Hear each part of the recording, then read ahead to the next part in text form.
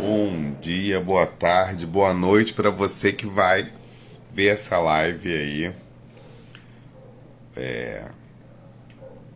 Vamos ver aqui, né? Eu vou convidar o meu querido, meu caro Watson.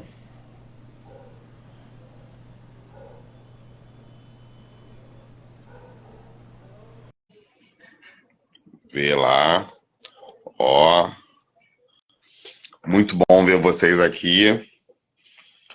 Eu sou a Man e E hoje aí, aqui para apresentar essa pessoa que eu conheço há pouco tempo, já considero pacas. Nós tínhamos amigos em comuns e foi uma coisa muito interessante de se revelar. Watson, eu ouvi você. Seu vídeo ainda não apareceu. você está me ouvindo? Tô te ouvindo bem. Você também tô te ouvindo, mas não te vejo. Eu vou sair e entrar de novo. Vamos esse Ok, negócio aqui. Vamos lá. Peraí. tamo junto. 93, galera. Sora aí entrando, dando essa moral. Muito obrigado. O amor é a lei, gente. Hoje a gente vai conhecer um pouquinho de Telemann com essa figura que é o Flávio Watson, que, como é de se imaginar, ele já está de saco cheio de ser chamado de meu caro Watson. E vou. ah, Agora ele vai entrar ao vivo aqui comigo.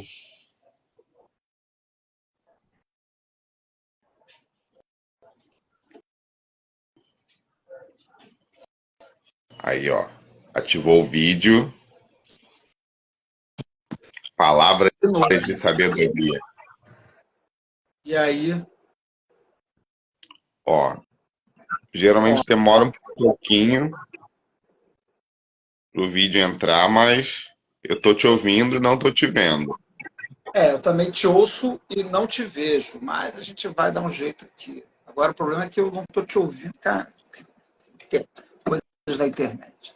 Vamos lá, uma hora vai dar certo. A gente vai As falando. pessoas estão me ouvindo.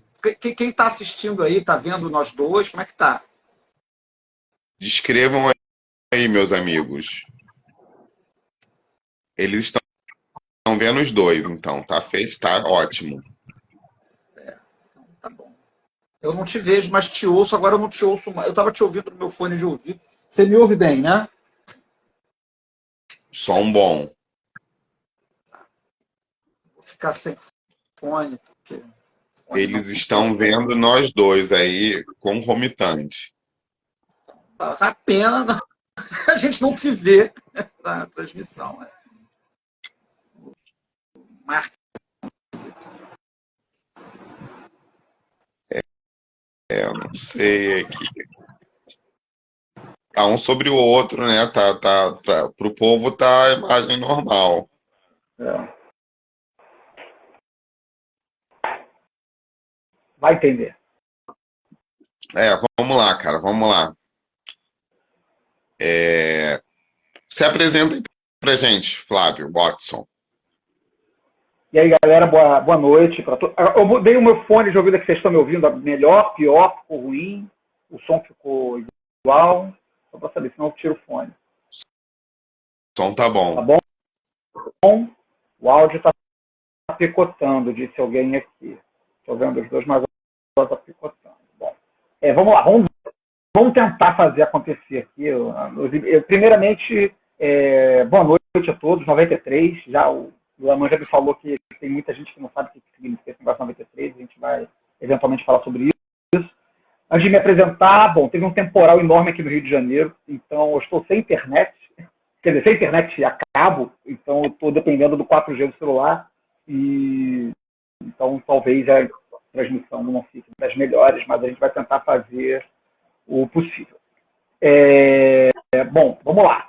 Quem eu sou? Eu sou Flávio Watson, pratico, estudo, enfim, vivo o Telemann há uns 20 e poucos anos, né?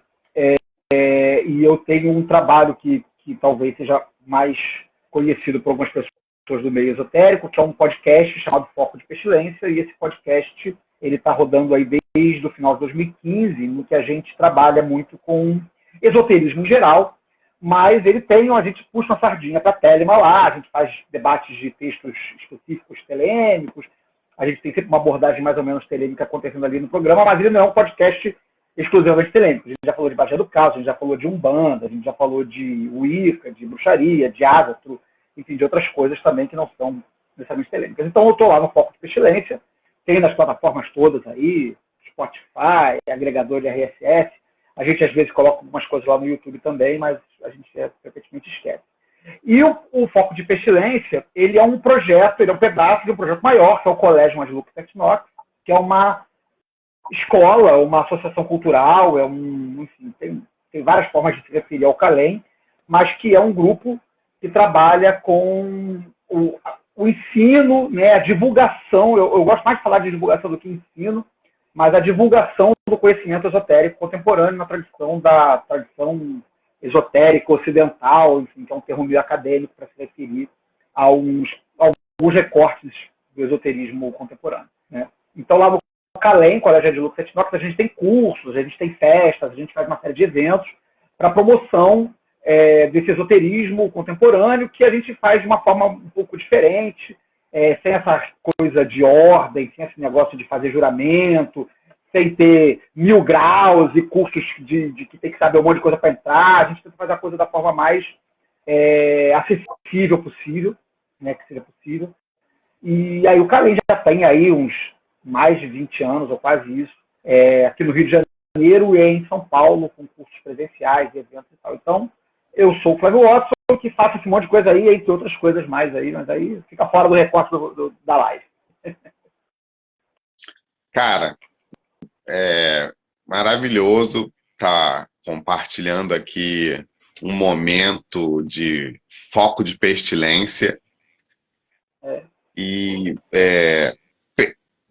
já começando com uma pergunta do Vanilla Ice Cream, lá do TikTok, que perguntou para você introduzir aí o que é esse 93. Tem um monte de gente mandando 93 aí para você. O que isso quer dizer? Negócio de telemita que fica falando através de número, né? Aí fala 93, fala 156, fala 666. Tem um monte de número que é importante para o telemita, né? Bom, vamos lá. Essa pergunta do que é o 93, ela meio que pula um caminho, né? Mas vamos tentar falar do 93 e, a partir daí, falar sobre Telema, né? O que é Telema? Né? Telema é uma palavra em grego que significa vontade. Né? Primeiro ponto é esse. Né? Então, Telema é uma palavra em grego, uma palavra grega, que significa vontade, e ela tem um uso particular da palavra, não exclusivo, mas ela tem um uso particular, que ela se refere, de forma geral, à vontade divina. Né? Quando na oração você fala, seja feita a vossa vontade, geralmente essa vontade lá do Pai Nosso, lá, essa vontade é Telema. Não é um único uso de Telema, mas é um uso mais recorrente, entre essa Telema como essa vontade divina. Né? E aí, o que isso tem a ver com 93? Enfim, existe como diz um autor que eu gosto muito, o Lomilo Duquette, né, tem os jogos que os cabalistas jogam. Né? E Telemita gosta muito de Cabala. Cabala é um tipo de conhecimento esotérico que vem da cultura do esoterismo, da espiritualidade judaica, mas que a partir do século XV é apropriado por uma série de outros grupos, né? Cristãos, os próprios judeus, entre outros, vão se apropriar de uma série de conhecimentos e vão criar uma espécie de corpo esotérico, né? E a partir desse conhecimento judaico. E dentro desse negócio esotérico judaico, tem um negócio chamado gematria, que é uma numerologia. Cada letra é associada a um número. Né? E assim como tem isso para o hebraico, também tem isso para o grego, também tem isso para o inglês, é uma numerologia e tal. E aí um desses jogos que os cabalistas jogam, que é a gematria, essa associação de número com letra, quando você vai associar as letras gregas da palavra telema e soma, ela dá 93. Então, esse é o primeiro motivo de por que se usa tanto 93, né? Porque, na verdade, é como alguém, eu vi um comentário passando aqui, rapidinho, a tela é muito pequenininha, não consigo ver muito, mas um deles falou assim, 93 é preguiça, e é exatamente isso, 93 é preguiça. Em vez de você saudar a pessoa dizendo a frase que os telemitas gostam muito de repetir, que é faz o que tu queres, há de ser o todo da lei, né? A pessoa diz apenas 93. Por quê? Porque 93 significa telema, e telema significa vontade, então fazer o que quiser, que é a sua vontade, é a lei de Telemann, então se resume todo esse pensamento num número e fala só 93. Ou a expressão mais completa, que também se vê assinando cartas ou assinando textos e tudo mais, que é 93,93/93, que é uma forma sintetizada de dizer amor é a lei, 93, amor sobre vontade, que é 93 sobre 93. Aí já começa a ficar meio mais complicado, porque acontece que a palavra amor, em grego, ágape, também soma 93. Então, na verdade, o 93 ele vai estar falando tanto de Telemann, vontade, quanto de amor, ágape. Mas aí já começa a ficar, o negócio já começa a explodir.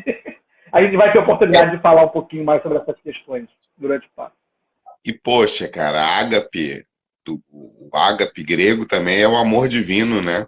Interessante isso. Vontade divina e amor divino. Gostei. E como é que começa isso tudo? Como é que começa isso tudo? A gente começou pelo meio do caminho, né? A gente, com preguiça, a gente pulou um pouco aí. Fala como é que começou essa história de Mas é Telemann. normal. Então, como é que começa essa história de Telemann? É uma história bem longa que eu vou tentar resumir em, 5 minutos, 3 minutos aqui, para não ser um troço bizarro, né? Mas o que acontece? Você tem um cara, um inglês, chamado Aleister Crowley, que é um poeta inglês e também uma pessoa que, à época, lá no início do século XX, estava interessado nos movimentos esotéricos do século XIX. Ele nasceu em 1875, né? Então, logo ali pelos seus 20 e poucos anos, ele começa a se interessar por esoterismo, está tendo aquela final do século... O século XIX como um todo, mas especialmente o final do século XIX, a segunda metade do final, tem um revival muito grande das ordens esotéricas, né, ali na Europa e tal, e ele meio que entra nesse rolê, ele lê alguns livros, se corresponde com algumas pessoas importantes daquele meio, e tem uma experiência espiritual, esotérica grande, de uma ordem chamada Ordem Hermética da Aurora Dourada, que ele passa ali um tempinho lá nesse lugar, ali na virada do 19 para o 20, depois ele eventualmente tem um quiprocó lá, ele sai dessa ordem esotérica e vai viver uma vida meio desiludido com essa experiência esotérica que ele teve, mas ele continua um cara interessado no assunto, até que ele, enfim, se casa e ele vai passar uma lua de mel no Egito.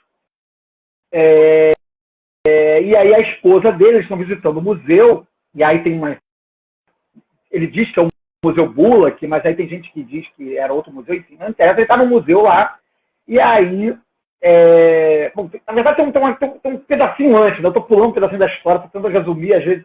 Ele está com a esposa, antes de chegar no museu, ele está com a esposa, e aí ele resolve fazer uma demonstração lá de uns negócios para a esposa, lá, de fazer umas operações mágicas com ela, e aí a esposa começa a falar, a Rose Edith Kelly, a esposa dele, a Rose Edith Kelly, começa a falar, olha, eles querem falar com você, ela começa a canalizar umas mensagens de que alguém está querendo falar com o Crowley, alguém está querendo falar com o Crowley, e aí depois eles estão no museu, e resumindo muito a história, ela vê uma estela funerária, né, uma estela funerária, essa, na verdade, essa estela aqui, a minha tá meio velhinha, mas ela vê essa estela aqui, que é a estela de um sacerdote chamado Ankapna Konsu, e ela, ao ver essa estela, fala, tá aí, o cara dessa estela aí quer falar com você. No caso, não era Ankapna Konsu, era Horus. Né?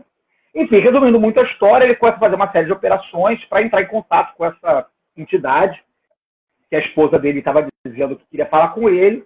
Ele faz uma série de rituais e aí, ao longo de 3 dias, ele canaliza um livro, que é esse livro aqui. Vou pegar o pequenininho que está no meu altar aqui, que é mais fácil. Que é esse livro aqui, que é o livro da lei, que eles, a princípio chama-se Liber L, livro L, né? Esse livro tem 3 capítulos e ele ouve uma voz ditando esses 3 capítulos para ele, né, sobre o ombro esquerdo e tal, tem uma historinha lá. E aí ele recebe esse texto, ele acha tudo muito interessante, tudo mais, enfim. E aí depois tem toda uma história bem mais complexa ao longo dos próximos 40 anos, isso acontece em 1904, né? E aí surge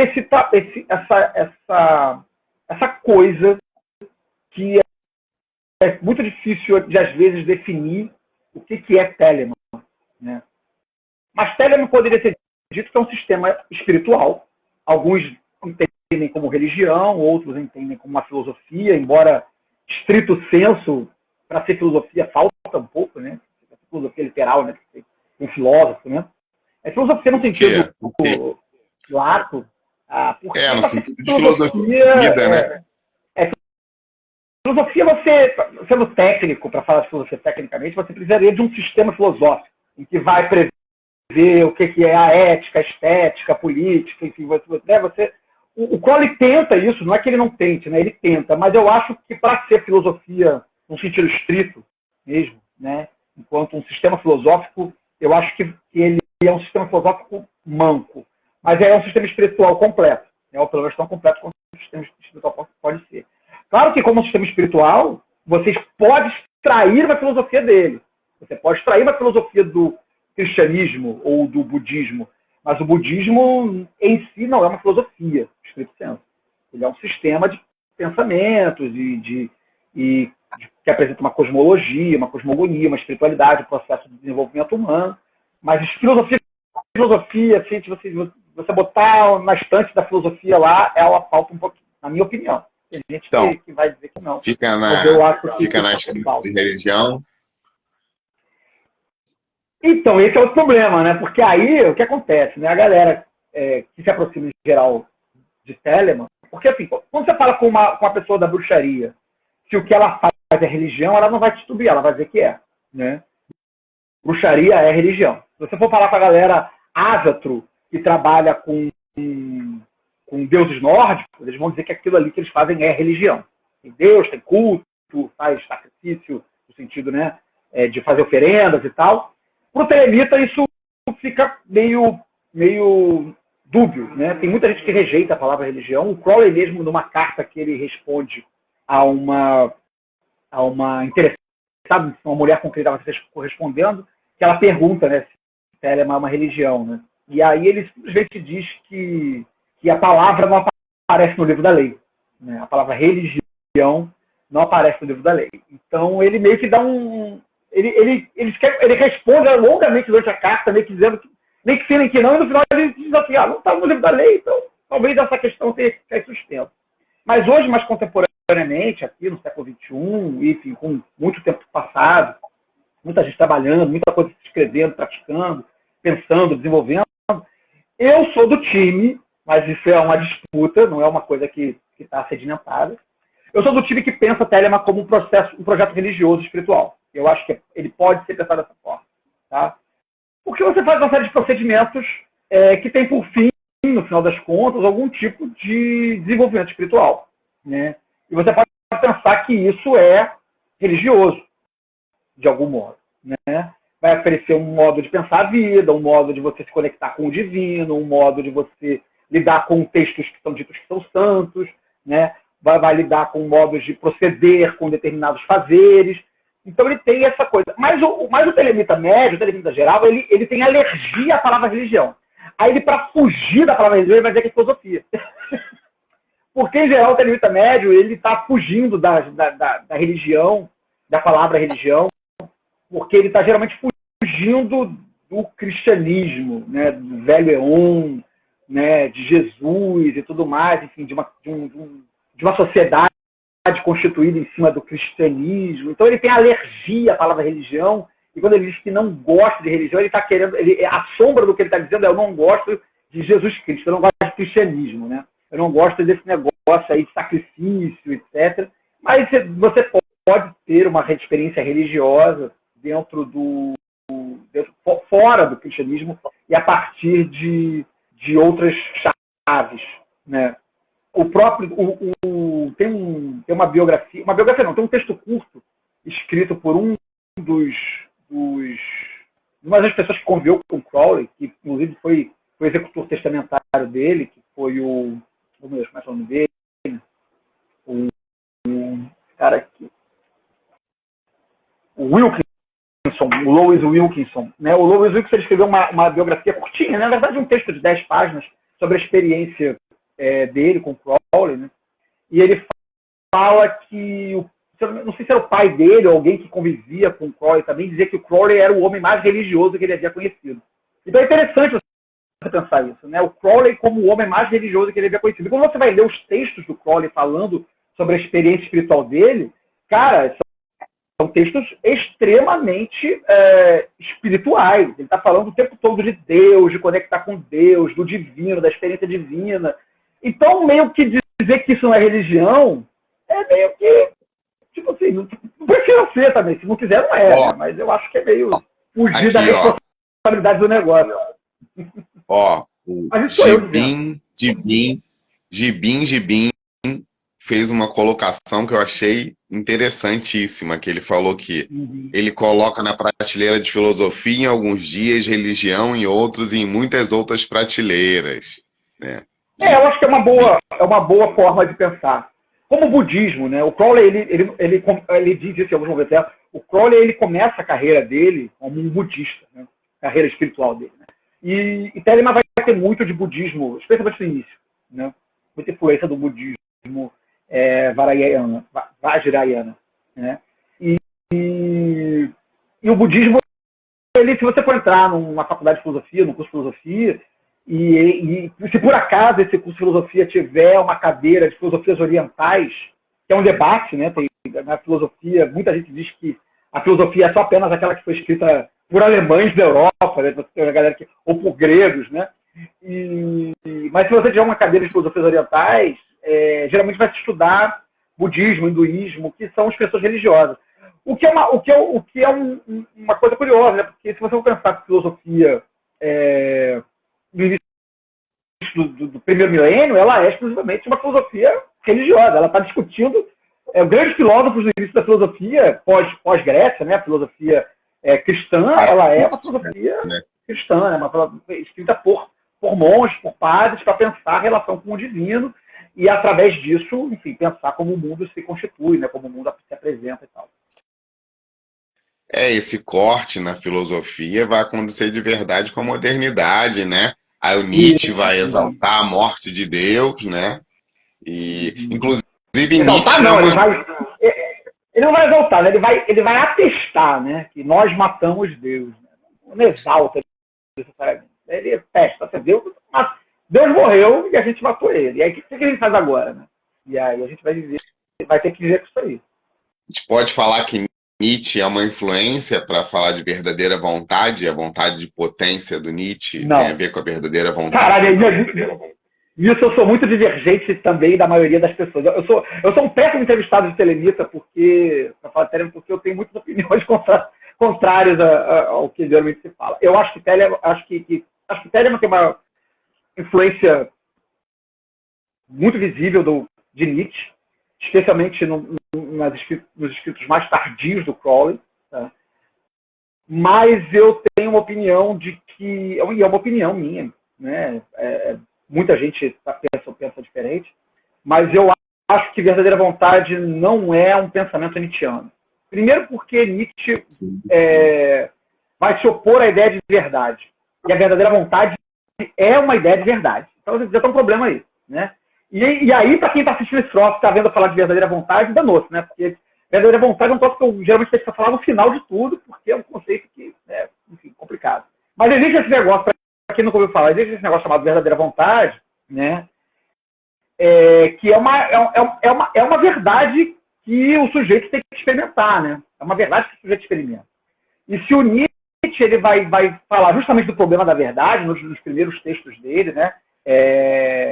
Eu não recordo agora, está até ali na mão, no livrinho ali na frente, eu esqueci o nome do texto, mas é um texto que ele vai justamente criticar a ideia de verdade, né? E a experiência espiritual, conforme o Crowley descreve, e a experiência espiritual, num sentido mais abrangente, é uma experiência com a verdade. É experimentar a verdade. Que verdade é essa? Claro, aí a gente pode ficar brisando aqui sobre que verdade é essa. Mas a experiência espiritual é uma experiência da verdade. Então, se você vai dizer que a experiência espiritual, a experiência é uma experiência da verdade, dizer que Telemann, que lida com a experiência espiritual radical, é nietzschiano, me parece um certo contrassenso. Eu acho que as pessoas pegam muito o Nietzsche pela mão e vai dizer que, porque o Nietzsche vai combater o cristianismo e vai falar de vontade de potência, né, e de negócio de fazer o que dá na telha, etc. Ok, tudo bem, tem isso mesmo. Mas não é a mesma coisa. É diferente. É parecido, mas não é a mesma coisa. Sim. Eu entendo que é uma influência clara e, ao mesmo tempo, isso que você falou, né? Os gregos chamavam de aletheia, né? Essa experiência com a verdade, né? E é algo que tem que atravessar os véus e, quando você volta, cada um conta a sua história também, né? Mas não é só você criar a sua verdade temporária, fluida, né? Segundo a tua vontade de potência. Mas eu acho esses debates o máximo. Eu gosto de Telemann como filosofia, exatamente como esse... Cara, o Crowley era um puta de um erudito, né, cara? Então ele fala sobre muita coisa, ele conversou naquele período com pessoas ilustres, né, com grandes mentes do início do século XX. E, cara, aí, ó, a Nina Wicca tá falando assim: religiosidade é diferente de espiritualidade, a verdadeira vontade ultrapassa a religião. E aí, o que você acha? Eu concordo com ela. As pessoas têm muita alergia à palavra religião. E a palavra espiritualidade é uma palavra coringa que cobre esse desconforto que a palavra religião geralmente invoca. Porque a palavra religião ela vai geralmente trazer na sombra dela dogma, verdades absolutas, algum tipo de regramento, né, e tudo mais. Então, o esotérico contemporâneo, que é o esotérico que está vivendo no século XXI, fluido, onde todas as verdades estão sendo demolidas, né, e aí eu quero fazer o que eu quiser e ninguém vai dizer o que eu vou fazer, a palavra religião ela carrega esse peso tradicional, né, dogmático e tal. E aí a gente recorre abstratamente à ideia de espiritualidade, e eu até não tenho nada contra isso, acho que tudo bem, né? Mas eu acho que é uma leitura parcial da palavra religião. Eu acho que você pode viver uma religiosidade que é puramente espiritual, desapegada da ideia de dogma, da ideia de regras rígidas e de alguém mandando em você e tal, né? Mas isso é um papo que é uma opinião minha, eu acho que não é uma questão fechada. Na verdade, nada do que eu vou falar aqui é uma questão fechada, pelo amor de Deus, né? Não sou representante de nada nem de ninguém. Tudo que eu estou dizendo aqui é minha opinião selvagem. Assim, por favor, discordem de mim. Né? Mas eu acho que tem muito disso, tem muito desse amargor que a palavra religião traz. Né? Mas aí um dia você faz as pazes com isso e aí não tem, aí você para de ter problema com a palavra religião. Ou não, ou foda-se também, né? Joga a palavra religião por canto e fica só com espiritualidade também, não vai perder nada com isso. Não tem problema nenhum. Pode jogar a palavra religião no lixo e viver só a espiritualidade que tá de boa. Watson, César de Paula perguntou aqui para você: podem falar um pouco sobre as bases anárquicas disso tudo? Eu acho que a gente está pulando etapas aqui. É interessante falar sobre as bases anárquicas, né? Porque um dos problemas de fazer a leitura nietzschiana de Telemann é que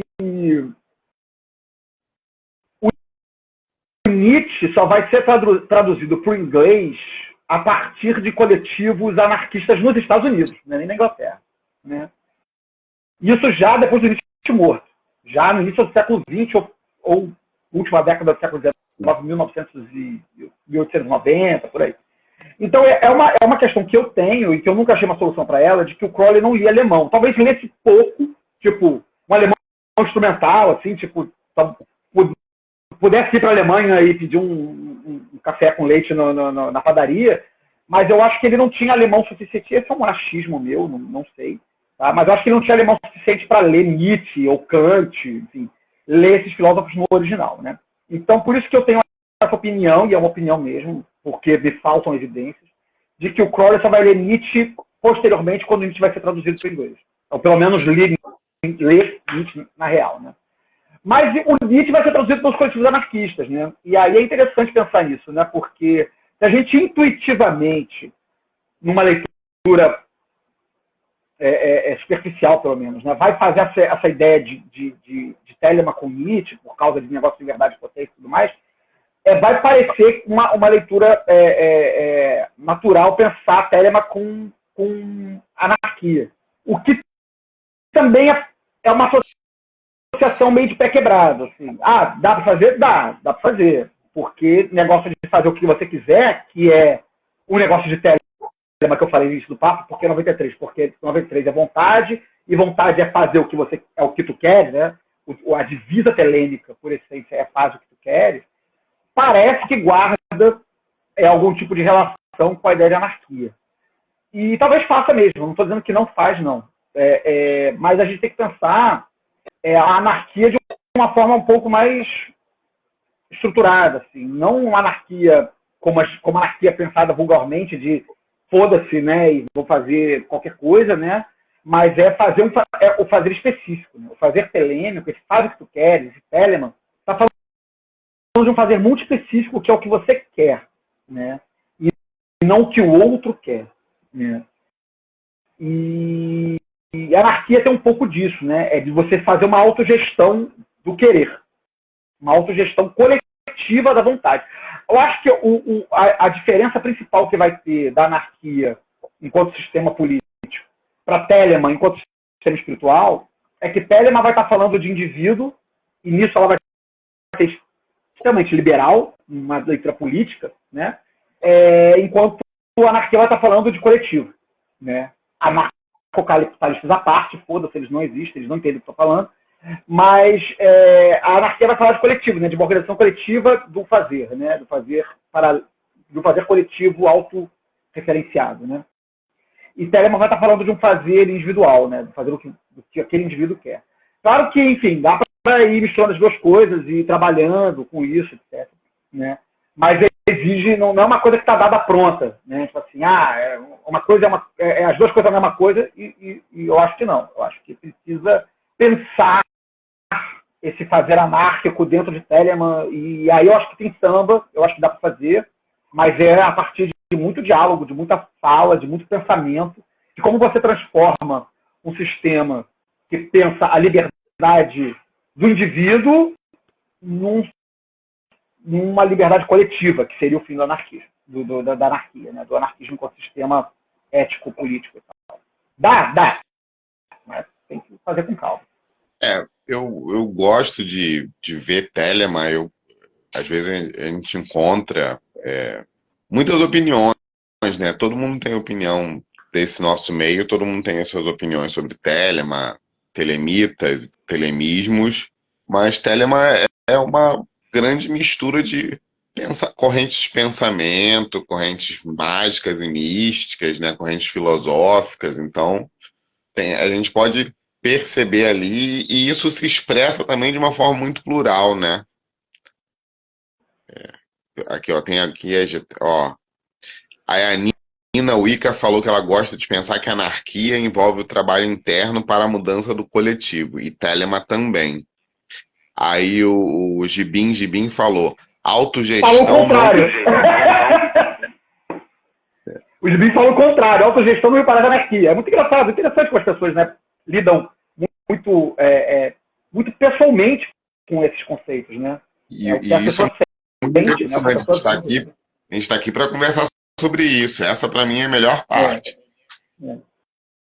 Por isso que é difícil falar, e eu acho muito ruim, é meio frustrante, né? Mas eu acho muito ruim quando as pessoas falam de qualquer assunto, mas de Telemann particularmente, que é o que me afeta, né? De forma muito determinista, né? É isso, assim, a verdadeira vontade é isso, fazer Telemann isso, não é, né? Essas coisas elas são muito, tem muitas nuances, né? Claro que você tem algumas pós-moderno. Caralho, essa pergunta é foda, né? Porque eu acho, em certa medida, sim, né? Telema pós-moderna, Perguntei mas em se certa medida correndo. é. Eu gravei um podcast anos atrás em que eu defendo essa definição, né? De que Telema ela é, porra, supra-sumo da pós-modernidade, o que faz todo sentido, porque Telema vai surgir no século XX, né? No século XX, vai se desenvolver ao longo da primeira metade do século XX, né? Então, se a gente for considerar que alguma ressalva, Nietzsche é o avô dos pós-modernos, né?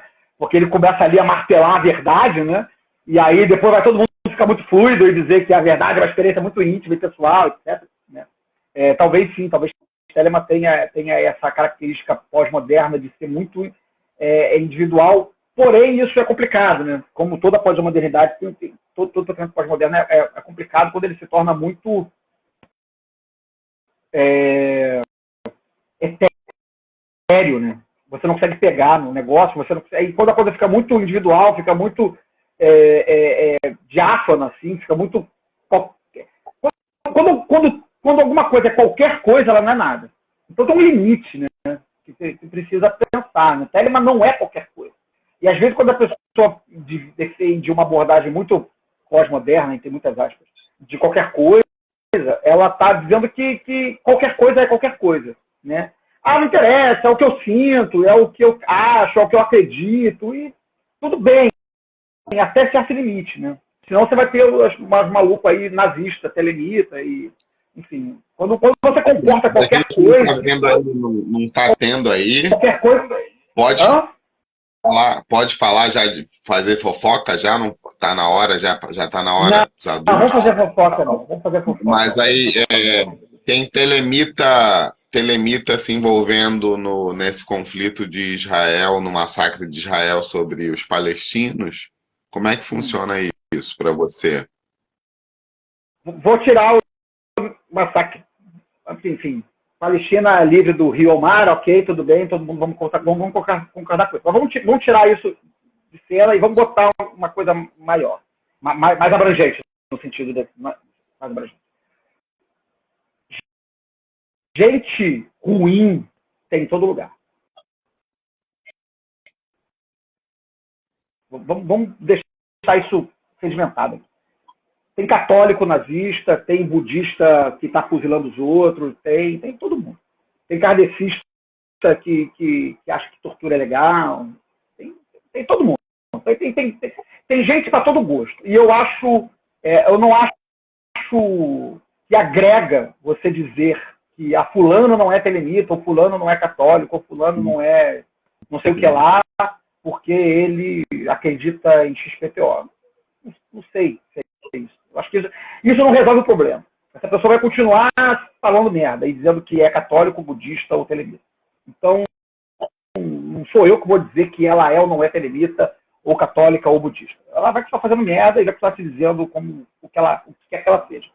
E especialmente em Telemann, cujo o recorte é fazer o que quiser, quem sou eu para dizer que a pessoa tem que fazer, né? Tipo, faz o que quer, entendeu?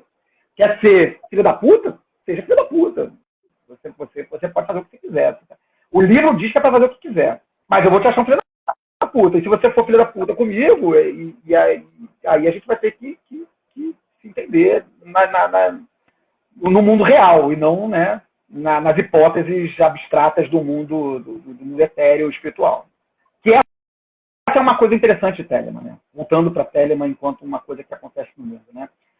Telemann enquanto um sistema espiritual, enquanto uma proposta de espiritualidade, ela é uma proposta de espiritualidade que, ao contrário da maioria das propostas de espiritualidade, não se realiza no além, né? Ela se realiza no mundo, né? No mundo material, né? No mundo onde as coisas acontecem, né? Então, é aqui que a gente tem que resolver o problema. Não é no pós-vida, não é na nuvenzinha sobre o santuário, não é no além. Não tem, a galera gosta de falar, né? Não tem os agentes do karma contando tabelinha de karma lá para poder depois decidir a sua reencarnação. Não tem isso. Não tem. Telemann você faz aqui, no mundo, né? Tem um texto que eu gosto muito, que é o Libertizade, que fala mais ou menos, né? Eu não sei se eu vou ter a anotação aqui. a tela marcada, né? É aqui, ó. O Libertizade, que é um livro santo, né? Porque Telemann tem isso. Tem o livro da lei, que é o livro fodão, o livro que dá origem para o negócio, né? Mas depois o Crowley escreve mais 12 livros santos, né? E um desses livros é o livro Tizade, e aí no Tizade ele diz assim, né? A voz do livro, né? Diz assim, né? Eu vos amo, eu vos salpicaria com o divino orvalho da imortalidade. Esta imortalidade não é nenhuma vã esperança além da sepultura. Eu vos ofereço certeira consciência da bem-aventurança. E eu a ofereço imediatamente, sobre a terra. Antes que uma hora tenha soado o sino, vós estareis comigo na morada que estão além da decadência. Né? Eu vos concedo poder e júbilo terreno, riqueza, saúde e vida longa. Ou seja, ela está falando, essa voz, ela está falando de uma realização que seja espiritual, que seja, que acontece aqui no mundo. Então, Telemann é uma proposta espiritual do mundo e não do além-mundo. Eu acho que se a gente vai dizer que Telemann é uma proposta de espiritualidade pós-moderna, né, eu acho que essa é a característica mais pós-moderna de Telemann, que ela não oferece uma vida após a morte. O que ela oferece após a morte é dissolução nos beijos de luz. Então, o tema da reencarnação é controverso. O Crowley acreditava em reencarnação, mas o Crowley também faz uma observação muito engraçada no texto que ele escreve, em que ele fala assim, eu acho que reencarnação existe, mas eu não tenho como provar, então não tenho como defender isso. Né? Então, ele particularmente acreditava em reencarnação. E aí, eu não acredito. Eu não acredito em reencarnação. Caralho, a menina agora mandou um Heidegger selvagem aqui no comentário. Pô, valeu, menina! Fica no mundo, vai dar vai telêmico. É Dasein, tem um Dasein aí. Meteram um Dasein Anvelt aí, que porra, vai ser difícil da gente falar o papo. Mas eu acho que. Mas tem a ver, né? Quer dizer, eu não acredito em reencarnação. Flávio, não acredito em reencarnação. Mas o Crowley acreditava. Então, eu acho que tem espaço para tudo. O Crowley acredita, mas ele não defende. Eu acho que isso é interessante no texto que ele escreve. Né? Ele acredita em reencarnação. Ele pessoalmente acreditava em reencarnação. E ele muda a opinião dele sobre a reencarnação ao longo da vida, né? Dado momento, porque a reencarnação não parece. Né, amplo senso, a ideia de reencarnação não parece combinar com a ideia de verdadeira vontade, né, de fazer o que você quer. Ser obrigado a reencarnar não casava bem com uma espiritualidade que diz que você tem que fazer o que você quiser. Se você tem que fazer o que você quiser, ser obrigado a reencarnar não faz nenhum sentido. Aí lá pro final da vida, o Crowley vai dizer, não, a gente só reencarna quando quer. O Crowley resolve o dilema da reencarnação assim, né? Ele vai dizer, não, a gente reencarna quando a gente quer para poder orientar. Aí ele pega um conceito budista, né? De quando você reencarna para iluminar os outros, né? Para iluminar o mundo. Aí eu achei esse conceito meio zoado. Eu acho que ele só quis, tipo, dar uma jambrada no negócio ali, de você, pô, tem que caçar reencarnação nesse negócio aqui, mas ser obrigado a reencarnar não faz sentido com o conceito de Telemann, de que você só faz o que você quer. O seu espírito. Então, essa reencarnação teria que ser para o Crowley sob vontade. Aí ele dá uma remate aí que eu acho meio mais ou menos, mas enfim, o cara fez a proposta dele lá. Eu continuo achando que não tem, não. O livro da lei diz que não existe não existe pavor no porvir. O que existe como é que é? Não é. Como é que é? Ah, meu Deus, a palavra que o livro usa. Dissolução. O que há é dissolução nos beijos de Nu, né? Nos beijos de Nuit, né? Que é uma das divindades telêmicas, né? Que é o tudo, né? Ou seja, o que o livro da lei diz é que na morte, né, existe a dissolução no infinito, né? No todo. Daí pra frente você pode imaginar o que você quiser. Você vai diluir, depois vai voltar com alguma coisa, você vai ter algo nessa dissolução que vai sobrar e que vai reencarnar. Boa sorte. E o papo da grande festa, Telemann, o livro da lei traz essa ideia de grande festa, que a grande festa é a morte. Né? O livro da lei, ele elenca uma série de festas, e uma das festas que ele elenca, ele fala uma festa para a vida e uma festa maior ainda para a morte, né? Porque a morte é a coroa de tudo. E a gente começa a entrar nos conceitos muito complicados, que acho que para quem está seguindo na live agora e nunca viu Telemann na vida vai ficar perdido, né? Mas para Telemann, para o livro da lei, que vamos dizer é o texto fundamental de Telemann, né? A morte é a coroa de tudo. E aí é a se pensar, né? Por que a morte é a coroa de tudo? Né? Eu acho que isso é complexo de pensar, de falar, mas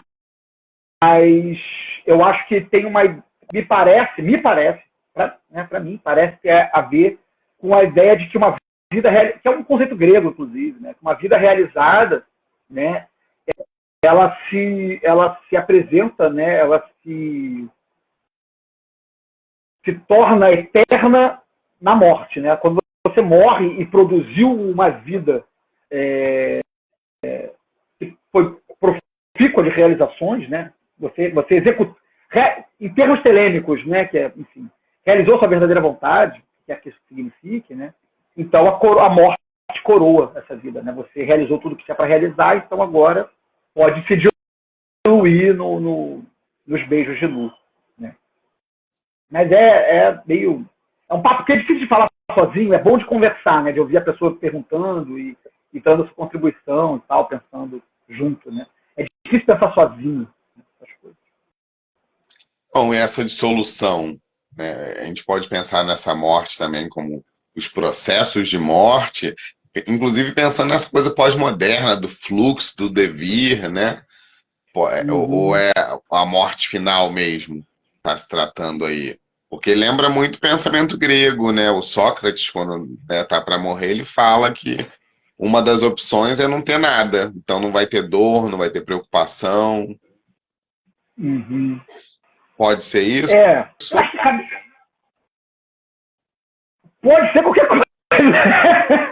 Essa é a graça de. Enfim, Telemann, o interessante é isso, né? Quer dizer, eu falei lá atrás, né? Eu fiz uma provocação sobre ser ou não ser pós-moderno e o problema da pós-modernidade de poder qualquer coisa, né? Quer dizer, não é isso, mas vulgarmente poderia ser qualquer coisa. E quando você é qualquer coisa, você não é nada, né? Quando você é qualquer coisa, não tem muito o que fazer, né?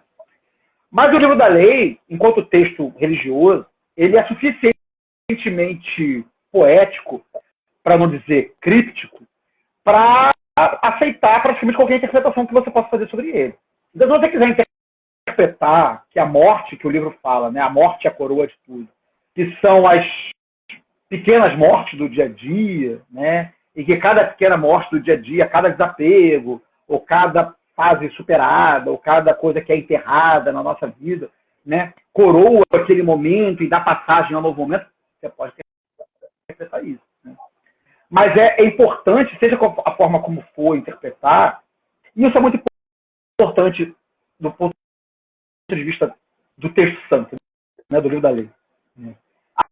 A gente tem a gente, enquanto coletivo, né, enquanto comunidade, de leitores do livro da lei, ou dos outros livros santos, a gente tem um vício, em geral, de pegar as frases soltas e interpretá-las como se fossem aforismas do Nietzsche, né? A gente pega esse vício do Nietzsche, né? O Nietzsche, ele escreve em aforismas e aí vai soltando.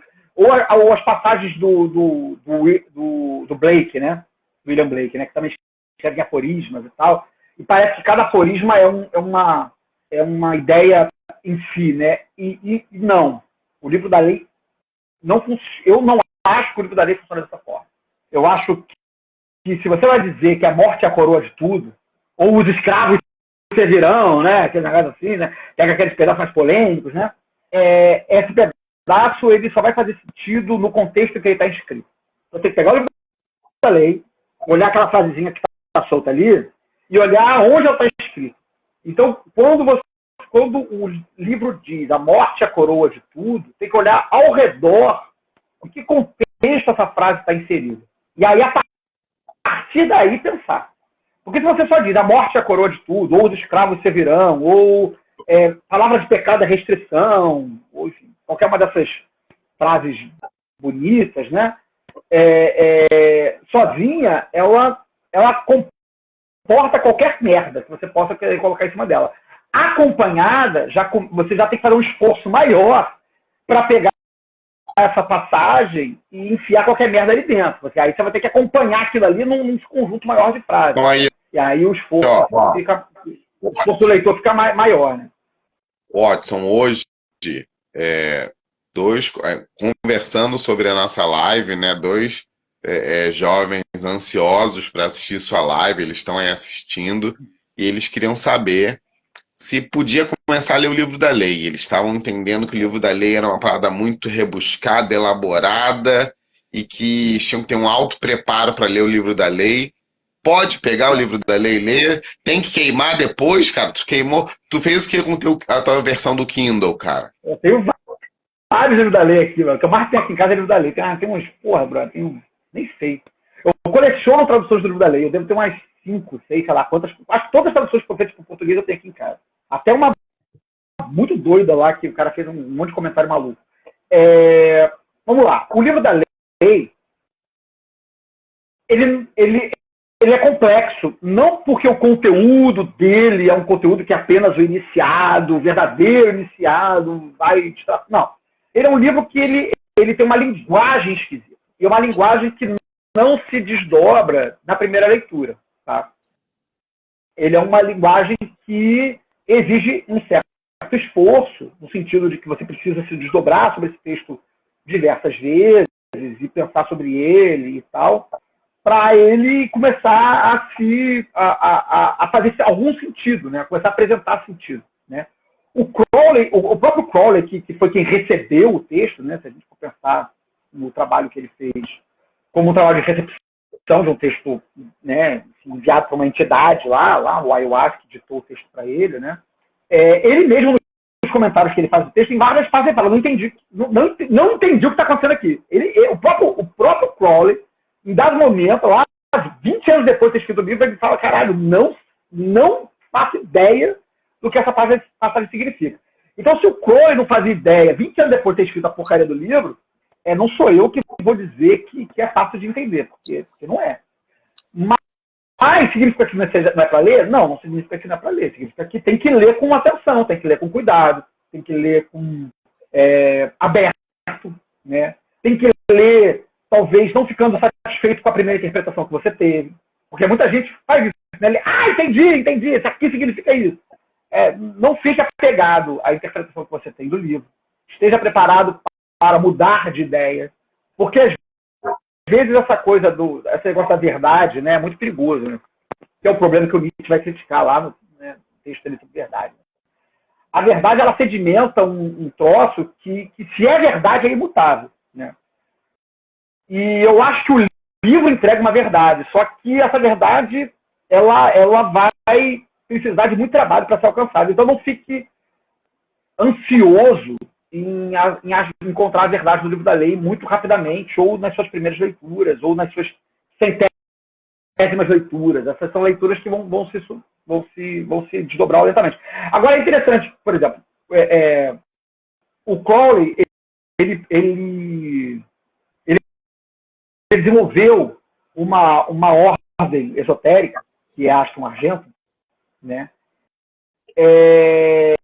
E o livro da lei, ele não faz parte dos livros de estudo dos primeiros graus. Né? Quando você começa a trabalhar, você vai ler um texto, que é o 65. Aí depois que você já entrou, você vai ler outro texto, que é o livro 7. Aí depois que você já está enfiado lá dentro da ordem, já bem para dentro, assim, é que você vai estudar o livro da lei. Então, você pode ler, mas ele não fazia parte, especialmente quando a ordem estava se estruturando e os materiais eram entregues impressos, né? Você não recebia o livro da lei de cara. Ele tinha um caráter meio reservado, né? Depois, em outras ordens telêmicas que o Crowley vai trabalhar, como a OTO, não. Aí o livro da lei já aparece logo na recepção dos candidatos. Então, parece que o Crowley, no princípio da vida dele, ele entende que o livro da lei tem algum tipo de complicação que é melhor que seja entregue para alguém que já andou alguma coisa. Mas depois parece que ele muda de ideia e isso já passa a ser entregue logo para os primeiros candidatos. Então, eu acho que é interessante pensar o Crowley ao longo do tempo. Né? O Crowley, enquanto um sujeito que está lidando com esse texto e com os outros textos todos que ele vai receber, e vai mudando de opinião, né? E essa opinião vai se tornando uma opinião mais abalizada na experiência que ele vai tendo, né? E aí eu acho que isso serve como referência para as pessoas que vão ler. Leiam o livro.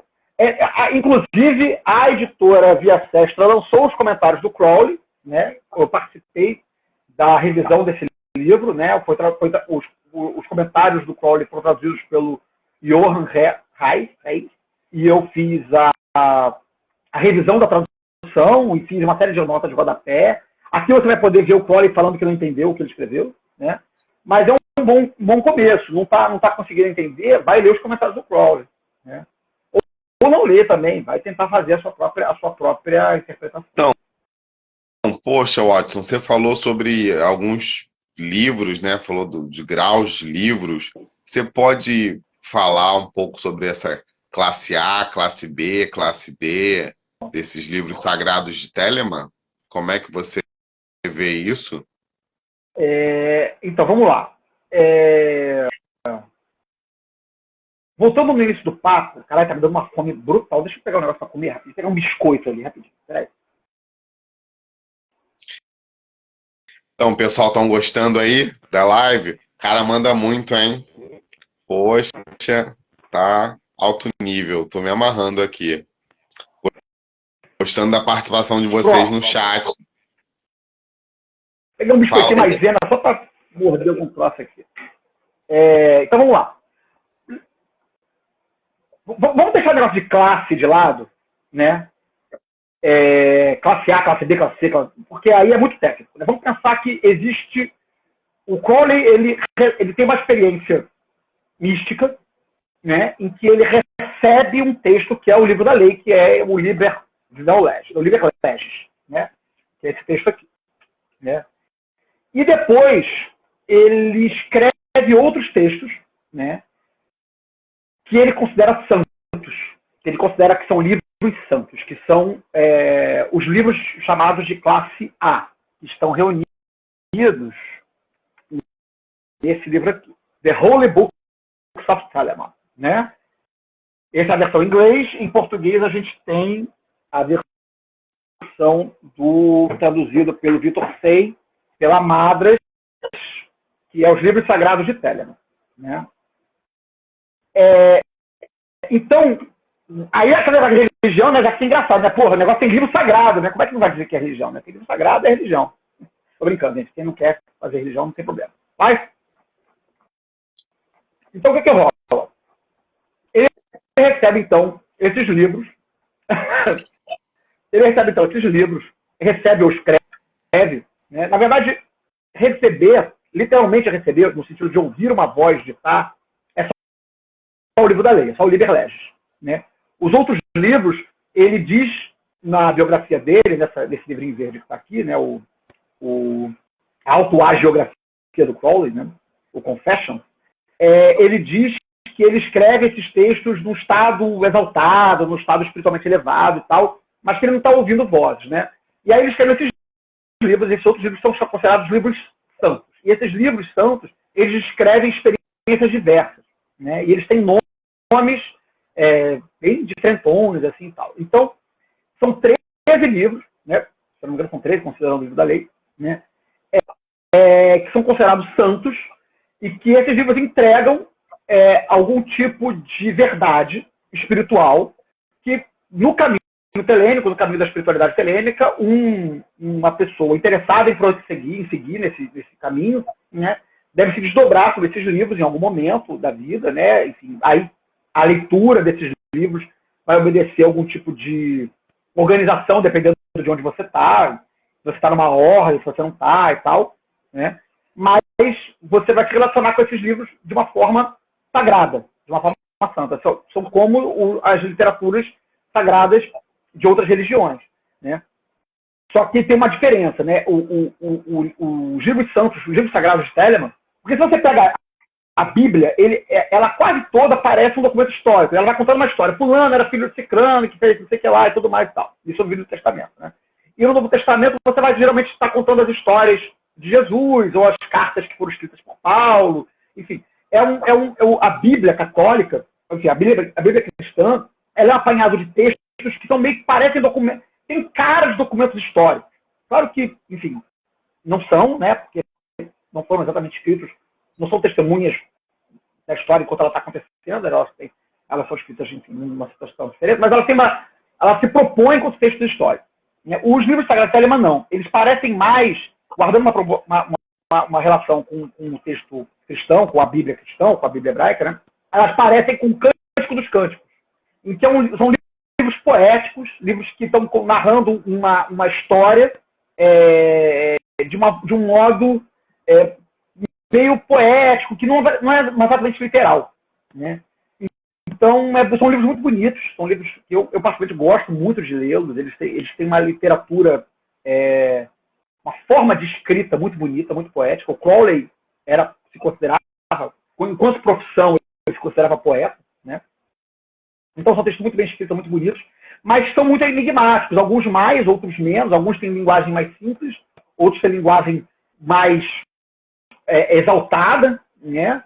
Mas nenhum deles tão maluco, né, no sentido de uma escrita tão esquisita quanto o Livro da Lei. O Livro da Lei, ele realmente ganha dos demais até a forma que o texto é escrito, né? Porque o Livro da Lei ele tem uma pontuação estranha, tem frases que são cortadas no meio, aparentemente são cortadas no meio, né? Ele tem uma estrutura gramatical esquisita, e os outros livros, os outros livros santos, não. Eles são gramaticalmente corretos, eles fazem algum tipo de coerência, eles têm algum tipo de coerência interna na maioria deles, né? Alguns mais diferentes, mas os que são textos escritos, eles possuem coerência, eles possuem, as frases fazem sentido, mas são muito abstratas, elas são muito metafóricas, elas são muito poéticas. Então, é como ler uma poesia que você não está entendendo direito ainda muito o que está sendo lido, mas que é bonito, e que você vai investindo naquela leitura, aquela leitura vai se revelando pouco a pouco. E dá para ler traduzido isso? Tem que dar. Tem que dar para ler traduzido, mas, como qualquer tradução, toda tradução ela tem um limite. Enquanto você está falando de um texto santo, a forma como ele foi escrito no original guarda algum tipo de importância, né? Então, traduzir um texto santo é sempre um desafio. É sempre um desafio porque você está correndo o risco de perder uma nuance que está contida na recepção do texto original. E a gente não precisa falar isso de forma assim, muito abstrata. A gente sabe os grandes problemas de tradução que a Bíblia tem, por exemplo, né? Isso não é nenhum mistério misterioso que eu estou falando, não. É uma coisa evidente, né? É uma coisa que está no nosso dia a dia. Todo dia a gente está... Se vocês forem pesquisar, tem um canal muito bom, que eu gosto muito, aqui no Instagram mesmo. Eu esqueci o nome do cara agora, que é um americano que é pesquisador da Bíblia, né? E ele faz sempre reels comentando erros de tradução. E é muito legal porque recentemente eu descobri que ele é cristão, ele é um cara religioso, mas ele vive sendo chamado de anticristo e tudo mais, porque ele fica apontando os erros de tradução da Bíblia. Então, o problema de ler em português é esse. E a tradução, ela sempre vai ter erro. Ou um equívoco, não um erro necessariamente, mas uma perda de sentido. Então, quando a gente costuma dizer, né, o Crowley mesmo acho que diz isso, né, que o inglês é o idioma sagrado de Telemann, é porque ler no original oferece oportunidades de interpretação, de leitura, que o português dificilmente vai reproduzir. Claro que eu estou ciente de que isso coloca o texto num espaço de privilégio, que só quem lê inglês vai poder ler, né? Pois é, do mesmo modo que só quem lê hebraico vai conseguir ler o Velho Testamento no original. E aí as pessoas que querem se enveredar por um caminho religioso dentro da tradição judaica ou cristã vai ter que aprender a ler grego. Por isso que o cara vai fazer seminário, aprende grego, aprende hebraico. Por quê? Porque ele tem que ler as nuances do texto original, né? Então é importante. É mais fácil aprender inglês do que aprender grego. Garanto isso. Mas se a pessoa não quiser ler no original, não tem problema. As traduções que a gente tem são boas traduções. As traduções que o Vitor Sey nos deu, né? Esse é o livro aqui, já perdi o livro. E as traduções que o Vitor produziu, ele botou notas de tradução, que já ajuda bastante, né?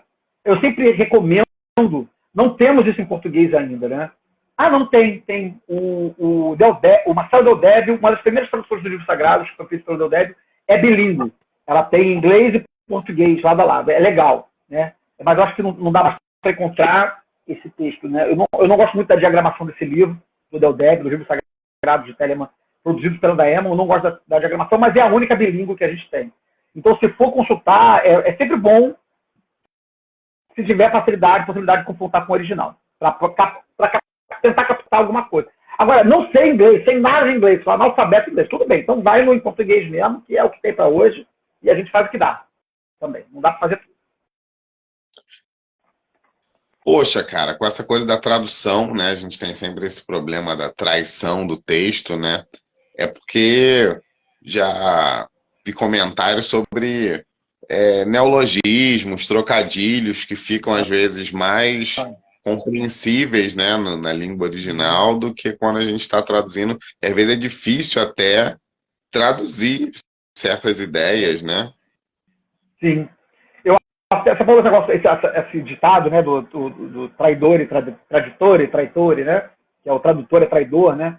É que o Umberto Eco imortalizou, né?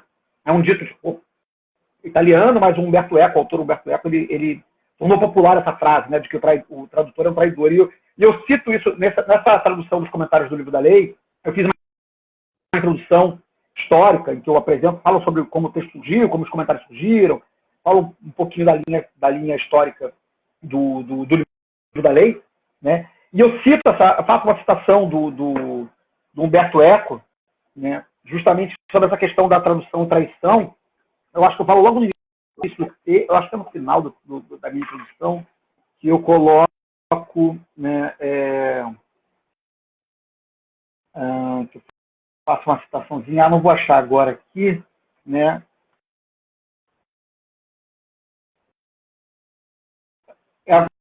No final das contas, eu escrevo assim, no final das contas, traduzir é um pouco como fazer magia. É um ato de criação pela conciliação dos opostos. É fazer da traição um ato de amor, né?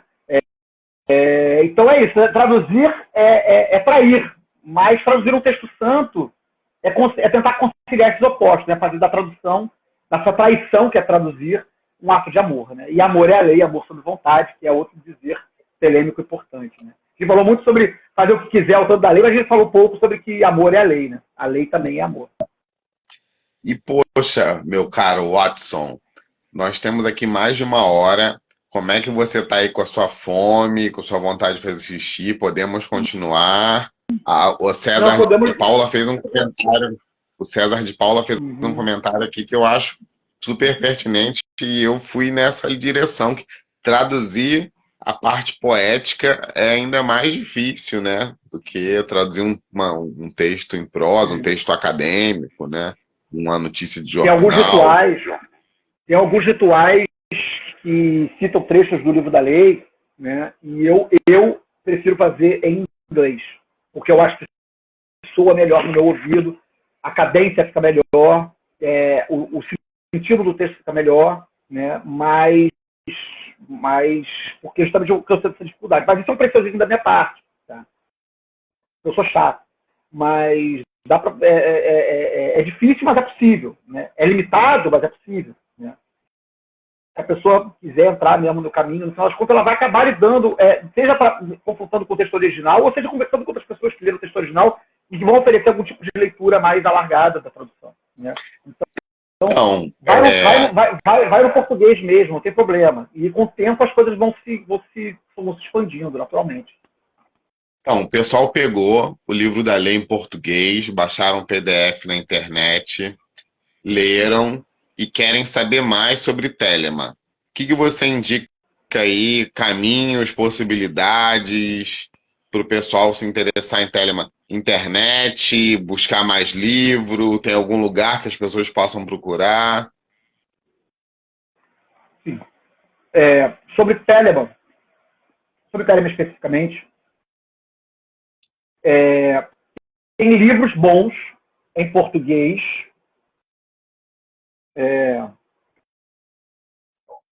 Esse aqui é bacana, que é o livro do Keron E, né, ele assina como Calimã. Eu acho que ele está ele tá no Clube dos Autores. É um calhamação. Esse é para quem está interessado, porra, de verdade, quer saber tudo. Ele é um apanhado geral sobre... amarelo aqui. Amarelo aqui. Não sei se tem outra capa. A minha é essa aqui. Né? A minha uma também introdução é essa. à obra de Aleister... A minha Telemann é uma introdução à obra de Aleister Crowley. Esse livro é bem legal. Tá? Ele cobre... Ele é gigante, mas é porque ele cobre muita coisa. E eu nem acho que ele cobre profundamente, não. Eu acho que ele é realmente introdutório. Ele assusta por ser grande, mas é porque ele tem um design bem arejado. O Calimã, ele é designer, então ele tem um livro tem um design bonito e tal, ele tem umas coisas bacanas, e ele é bem arejadão, então ele ganha volume por causa disso. Porque o papel também é um papel não é um papel muito fininho, mas ele é bem legal porque ele está dividido em tópicos, você pode ir num ponto só, ler aquele pedaço e tal. Ele é bem legal. Então, é uma sugestão de leitura para quem quiser comprar um livro, eu sugiro este aqui, porque apresenta a coisa de uma forma, na forma da filosofia, vamos dizer assim, né? Porque outros livros apresentam rituais, apresentam umas coisas muito técnicas, que eu acho que para a pessoa que está querendo conhecer, às vezes atrapalha, né? Fica muito... O Dom Milo do Cat. Então, o Dom Milo do Cat é um livro maravilhoso, mas ele tem esse problema. O livro do Dom Milo do Cat tem esse problema. É um livro sobre os rituais. Ele é um livro mágico, é um livro de magia, né? Que é o Rituais de Aleister Crowley, né? E tem o Pergunte a Babylon também, né? Tá aqui também. Tá aqui? Tá. Vivendo o Telemann. Pergunte a Babylon também é legal. O Vivendo o Telemann também tenho aqui. Esses livros são bons também. O Vivendo o Telemann, do Shoemaker, mas também acho que é um livro que já começa a ficar um pouquinho mais técnico. Mas é bom. Então, tem algumas coisas que eu discordo nele, mas pontualmente, acho que não é problemático, né? E o Pergunte a Babylon, que é do Lon Milo do Cat, também é bom. E esse aqui é especialmente divertido. O Lon Milo do Cat é um cara muito bacana. E ele tem uma prosa engraçada. São cartas cartas e e-mails que ele responde nesse livro. E tem coisas bem interessantes aqui. Esse aqui é da Penumbra e esse aqui é da Daemon. Né? O da Penumbra você consegue achar no site da Penumbra ainda. O da Daemon, não sei se está à venda no site da Daemon, acredito que sim. Deve ter por lá, sim, para comprar. Mas valorizem o autor nacional, valorizem o escritor nacional. Esse livro do Calimã é muito bom também.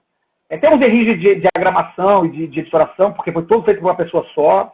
Mas até aí, né, o livro também... Hoje eu estava olhando o livro dos comentários do livro da lei e eu achei um erro. Achei um erro na nota de rodapé que eu mesmo escrevi, achei um erro de o hebraico que estava escrito errado lá. Então, tipo assim, acontece. Né? Mas o quê? Então, dá uma moral aí para os amigos da internet e cita aí umas editoras brasileiras que você acha que estão produzindo material interessante sobre Telemann ou sobre o tema que você achar que vale. Então, primeira editora que eu recomendaria é material da Penumbra. Primeira editora é a Penumbra, que é a que publicou o Ask Babylon, Pergunte a Babylon. A Penumbra não é uma editora telêmica, né? Bom se frise, né? Mas eles têm bons livros lá, inclusive eles lançaram recentemente, para o Telemita mais empolgado, é uma coletânea do Frater Hardy, que é uma personalidade importante. Eles estão lançando outros livros também, então eles têm um catálogo de Telemann bacana lá, embora não seja o foco da editora como um todo, né? A Daemon também tem alguns textos, alguns livros de Telemann, inclusive a Daemon lançou, ano retrasado, se não me engano, o Equinox, que são alguns textos técnicos de Telemann. Então, são 3 livros grandes. Esse aqui para o cara que é estudante, para a pessoa que quer estudar mesmo o sistema telêmico enquanto um sistema iniciático, recomendo. Deve ter lá no site da editora.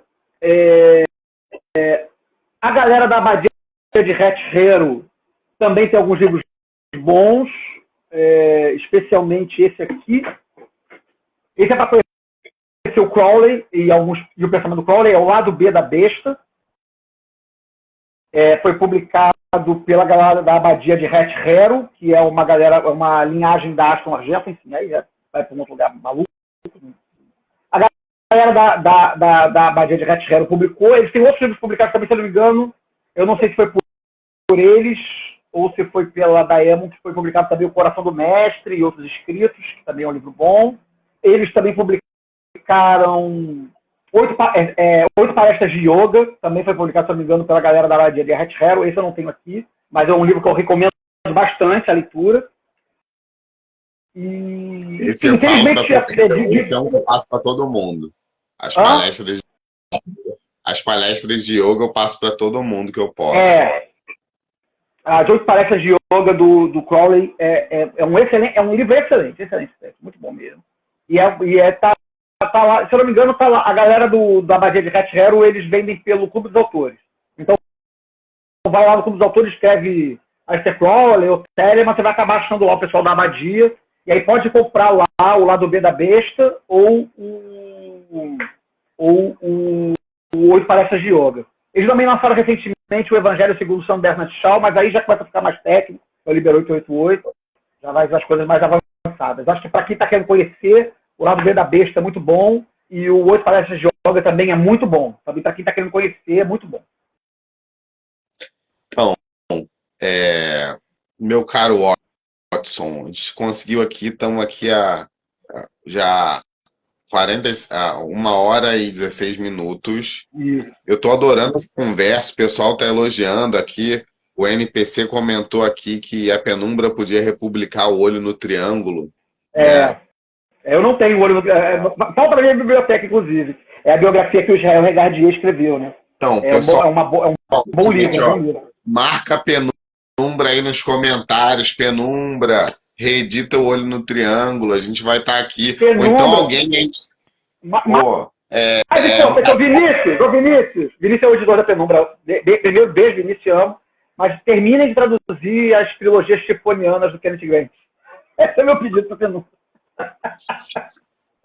Muito bom, acompanha esse pedido, Penumbra. Aí, ó, se depender da gente, tem muito trabalho, Penumbra. Vamos lá, vamos trazer para o Brasil aí essa filosofia, essa religião, esse sistema mágico. Esse sistema de consecução espiritual, sistema iniciático, dá para chamar de tudo. Vai de acordo com o freguês. Então, ó, aí o cara foi, leu os livros, leu Kahneman, ele conseguiu comprar, foi lá na Amazon, fez a comprinha dele, foi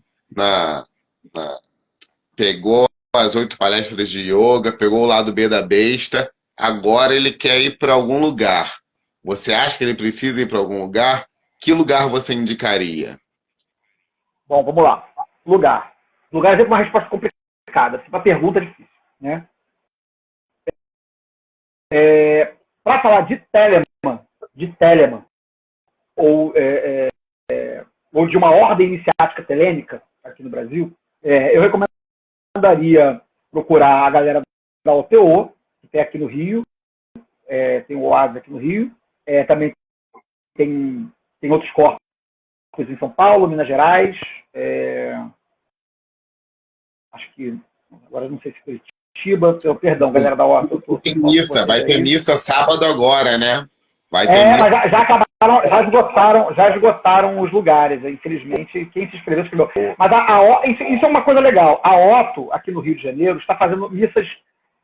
A missa gnóstica é um ritual. Tá vendo? Tem uma religião, né, tem uma igreja, Telemann tem uma igreja bastante sua, que é a Eclésia Gnóstica Católica, inclusive. O nome da igreja é a Eclésia Gnóstica Católica. E a Eclésia Gnóstica Católica realiza um rito, que é uma missa. Aí que você não quer chamar de religião, gente. Pelo amor de Deus. Não precisa ser, mas se quiser pode. E aí a Eclésia Gnóstica Católica está realizando missas mensalmente aqui no Rio de Janeiro. E essas missas, elas são nos meses ímpares, nos meses ímpares são fechadas, e nos meses pares são abertas ao público, né? Então, pode procurar no site, procura OTO Brasil, que você vai achar o site na internet, o Adquietzalcoatl, aqui o nome é difícil de pronunciar, e aí você pode procurar informações lá, e ou aqui no Instagram também tem informações, e para participar das missas. Aí é um lugar legal de ir, porque você pode ir na missa, conhecer a galera lá, bater um papo e tal, e aí, enfim, conhecer mais gente, e aí se quiser... A minha inscrição, fiz a minha inscrição. Espero que tenha vaga para mim lá. Hoje eu recebi a informação de que as vagas foram fechadas, no sentido de que ocuparam todas as vagas, né? E aí as pessoas vão receber e-mail aí confirmando as inscrições.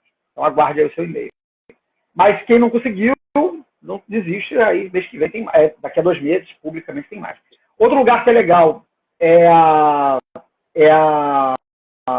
mudou de nome, não é mais Eclésia Babylon, é que mudou de nome recentemente. Tem o pessoal da Eclésia Babylon que mudou de nome recentemente. Tal Hanu.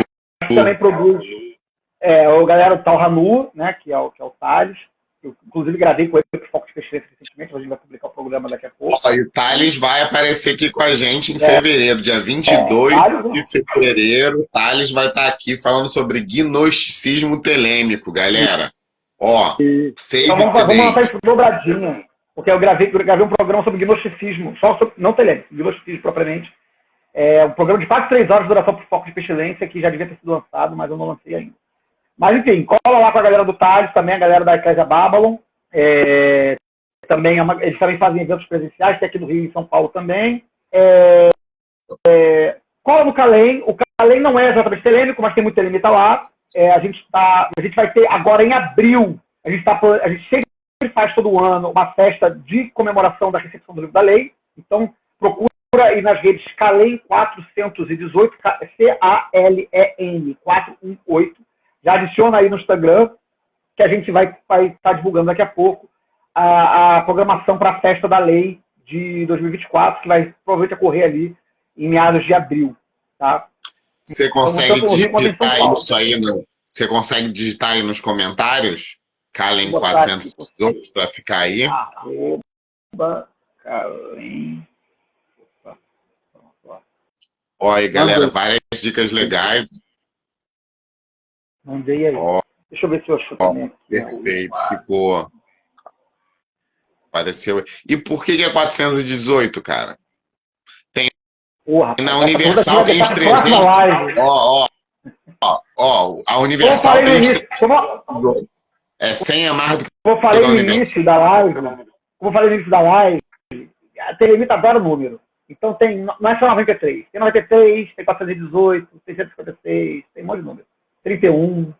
Não falta número. Não falta número. Eu conheci um grupo que era 71. Qual que é 71 o quê? Era o número que vinha junto do nome deles. Pois é. Significa alguma coisa. Eu tenho que perguntar pro cara lá o que significa. Poxa, Watson. Poxa, Watson, então acho que a gente está quase terminando, dando 1h30. Foi uma conversa maravilhosa. Infelizmente, eu não pude ver o seu rostinho, mas o pessoal conseguiu ver os livros. Mas para você isso é uma sorte. Tá abençoado, protegido. E muito obrigado. Espero que essa seja a primeira de próximas, né? Vamos divulgar aí a palavra de Telema. Você tem 5 minutinhos para ouvir sobre o Faço o que tu queres? Chegar na casa dos outros com o livro da lei. Já ouviu a palavra do novo Eon? A gente falou negócio de Eon, né?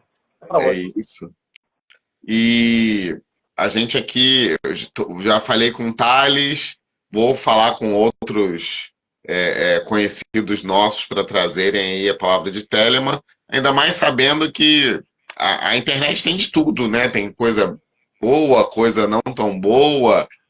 A gente tem os nossos filtros, né, intelectuais, emocionais para lidar com os saberes de Telema também. E eu, pessoalmente, acho muito produtivo poder aprender, trocar essa ideia com as pessoas que estão nesse caminho aí há mais tempo. Muito obrigado mesmo. E deixo você fazer as suas considerações finais, meu amigo. Cara, foi um prazer enorme estar aqui. É um assunto que eu gosto muito de falar.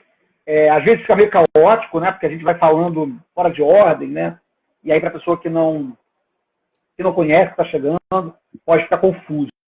Né? Mas às vezes live é assim, né? A gente vai respondendo as perguntas das pessoas, aí meio que vai ficando um pouco atropelado. Espero que se ficou alguma coisa atropelado, podem me procurar. Às vezes eu posso não responder na hora, mas eu sempre tento responder todo mundo. Então vocês podem me procurar, podem me seguir aqui no Instagram. Eu estou, inclusive, querendo organizar no meu perfil aqui no Instagram outras lives que eu já participei, podcast, tudo mais, botar fixo ali nos meus destaques, para vocês poderem ver. Vai estar aqui, claro, naturalmente essa vai ser uma das que vai estar lá destacada, né?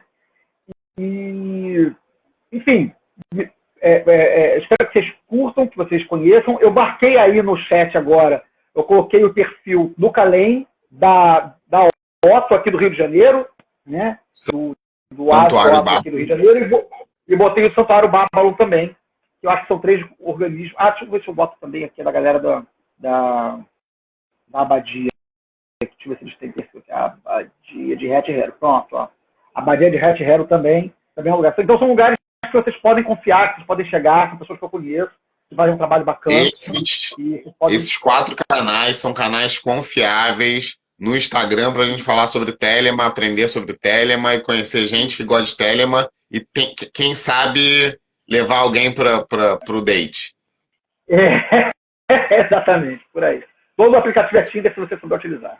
Me disseram isso, eu nunca confio. O Tinder. Mas, cara, então é isso. Então, enfim, foi um prazerzaço. E é isso, galera. Façam o que vocês querem, porque a lei é essa aí. Não há culpa, não há graça. Essa é a lei, o que quiseres, façam. Ó, lindo. Abraço, gente. Tamo junto.